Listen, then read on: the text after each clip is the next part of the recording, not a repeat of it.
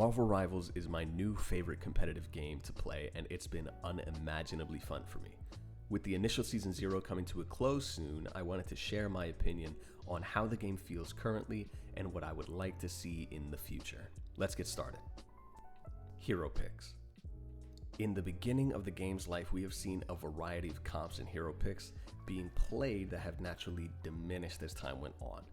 Especially with the introduction of the ranked ladder, players are looking for the strongest heroes to carry and win more games with. Because of this, a lot of heroes' play rates have gone up, such as Doctor Strange, Hela, Luna, Hawkeye, and Mantis. And initially, players have been calling for the direct nerfs to these heroes, and NetEase has sent out a response that rather than planning for direct nerfs, they're more interested in finding changes or buffs to the other heroes to combat the issue. I love this. To me, the philosophy of looking at the quote-unquote weaker heroes first will only allow players to pick the characters that they enjoy more. I think it is such a shame that we don't see as many Storm or Captain America players in our ranked matches, right? And when these characters get stronger, this will naturally lower the pick rates of the more powerful heroes, and we'll get a much more diverse meta that will stop the game from feeling stagnant. However, they shouldn't only be looking at changes in buffs.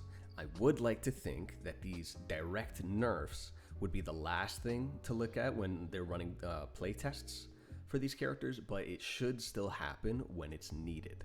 It really doesn't feel too good when a big update comes out that has these changes and buffs to other heroes, but it's still completely overshadowed by the strengths of the very popular heroes in the game.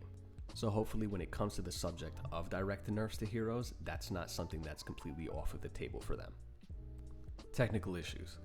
As time has gone on, the amount of technical issues coming to light has left a pretty bad taste in players' mouths, especially when they can limit a player's choices in games. As a Black Panther player, I've run into issues like false audio cues on my resets and the server rolling me back to a different endpoint of my dash because of different obstacles like Groot walls or destructible environments. But it's not just me, as players have discovered that capping your frame rate can take away from damage dealt and even distance gained from different mobility tools. This needs to be fixed as soon as possible, as the player's experience is what's going to keep this game alive. I've been reading a lot of different discussions on the frame rate issue, and people are saying that this is due to the game's mechanics being tied to players' frame rates, and that this is something that can be easily fixed, but the fact that it hasn't yet is making me really hope that this is something they touch on in Season 1.